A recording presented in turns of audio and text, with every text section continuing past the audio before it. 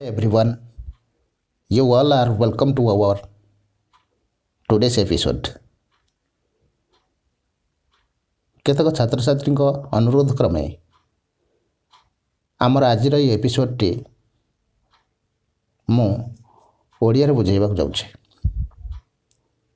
ଯଦି କୌଣସି ଭୁଲ ପରିଦର୍ଶିତ ହୁଏ ତାହେଲେ ଦୟାକରି ମୋତେ କ୍ଷମା ଦେବେ। ଓକେ, ଆଜି ଆମେ ଦୁଇଟି ପ୍ରିପୋଜିସନ୍ ବିଷୟରେ ବୁଝିବା। ଗୋଟିଏ ହେଲା ଇନ୍ ଆଉ ଗୋଟିଏ ହେଲା ଅନ୍।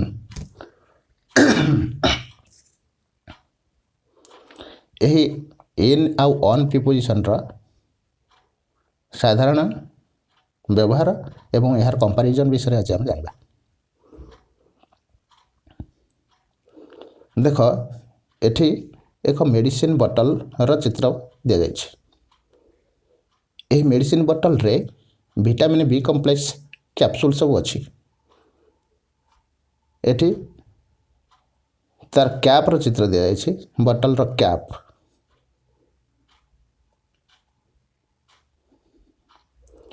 ଏଠି ବଟଲ ଭିତରେ ସବୁ କ୍ୟାପସୁଲ୍ ସବୁ ଅଛି।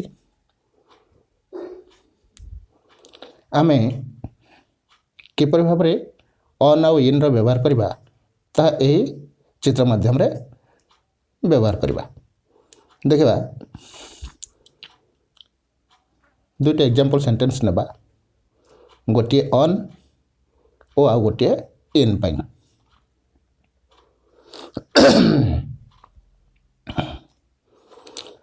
ଆମେ ମନେକର କହିବା ଠିପିଟି ବୋତଲର ଉପରେ ଅଛି ବା ଉପରି ଭାଗରେ ଅଛି। ସେ କ୍ଷେତ୍ରରେ ଆମେ ଯେଉଁ ସେଣ୍ଟେନ୍ସଟି ଇଂଲିଶରେ କରିବା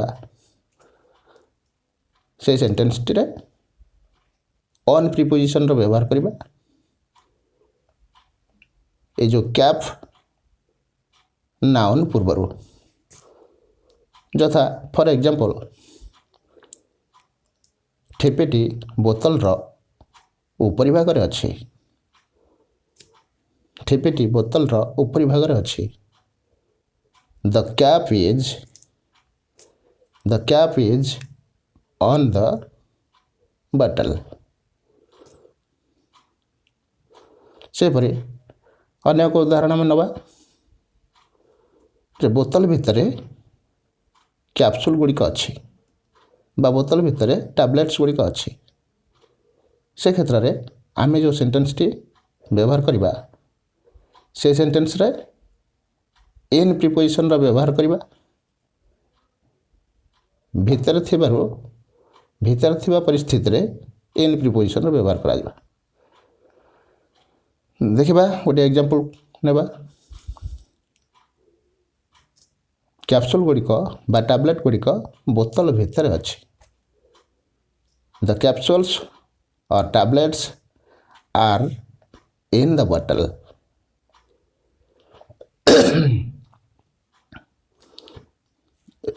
ଏହିପରି ଭାବରେ ଏହା ଆମର ଭେରି କମନ୍ ଆଇଡ଼ିଆ, ଅତି ନିହାତି ସାଧାରଣ ଧାରଣା ଆମର ରହିବା ଉଚିତ ଯେ ଭିତରେ ବୁଝାଉଥିଲେ ଇନ୍ର ବ୍ୟବହାର କରିବା ଏବଂ ଉପରେ ବୁଝାଉଥିଲେ ଅନ୍ର ବ୍ୟବହାର କରିବା।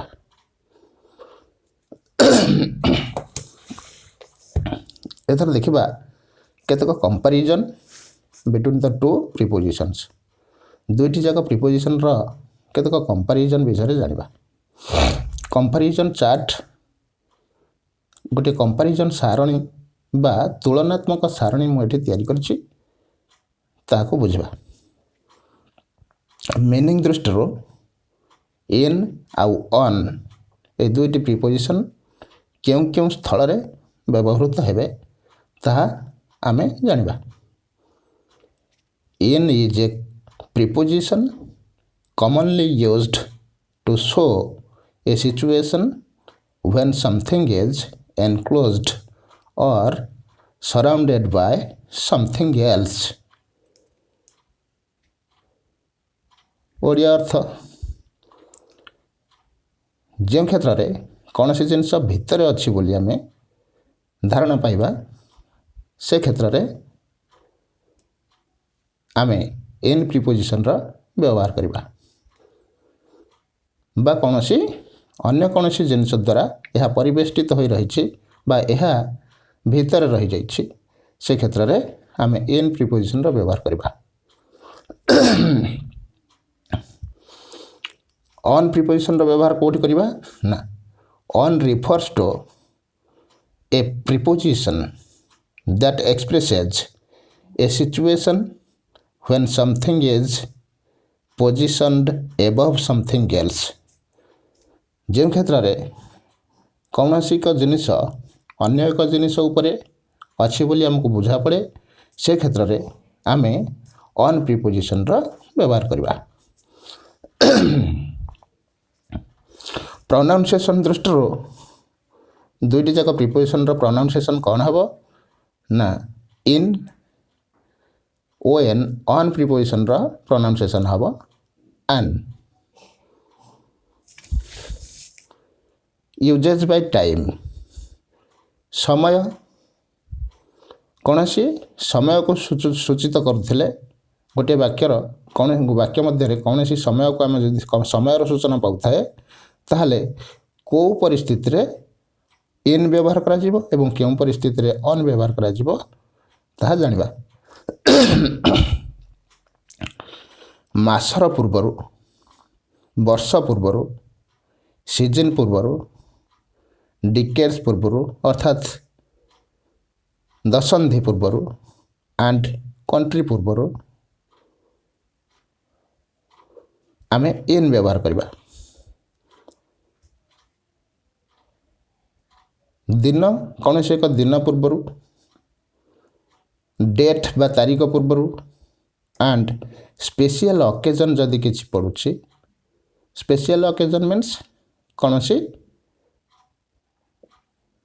स्पेशल डे बा कौन सी एक निर्दिष्ट दिन यथा बर्थडे कौन सी पर्वपर्वाणी इत्यादि से क्षेत्र में आम ऑन प्रिपोजिशन व्यवहार करवा।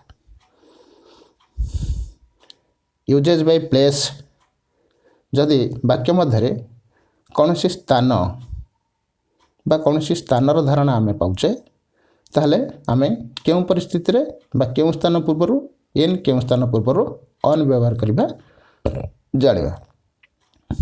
Name of town city state and country कौन सी टाउन पूर्वर सिटी पूर्वर स्टेट बा राज्य पूर्वर बा देशर नाम पूर्वर आम इन प्रिपोजिशन व्यवहार करवा। ऑन प्रिपोजिशन व्यवहार करवा कौन सी सहर छोट गली विषय सूचना दौले छोट गली पूर्वर ऑन व्यवहार ऑन प्रिपोजिशन व्यवहार करवा।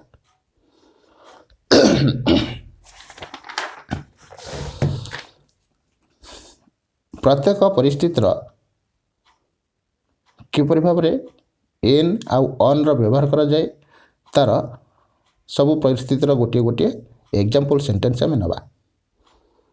मीनिंग पई सपोज से ता रूम रे बसी अछि she is sitting in her room ता रूम भितर इन हर रूम में व्यवहार करवा।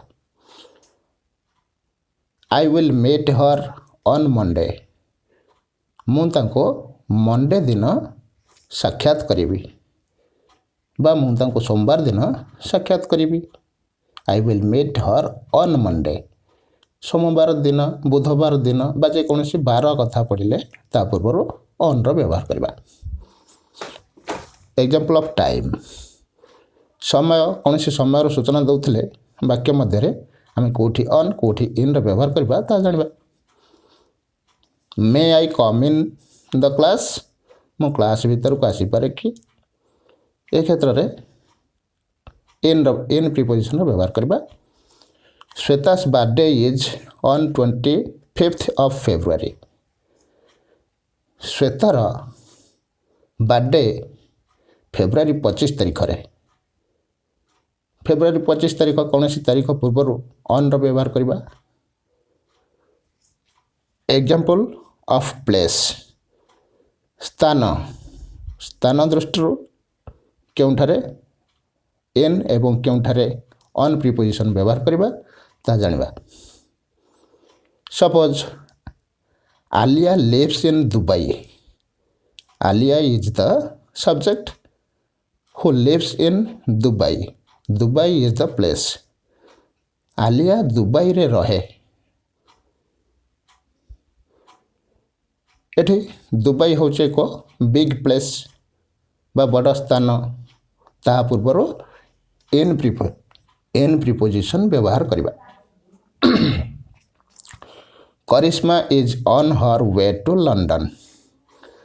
करिश्मा लंडन जाऊ अछि जीवा बाटर अछि।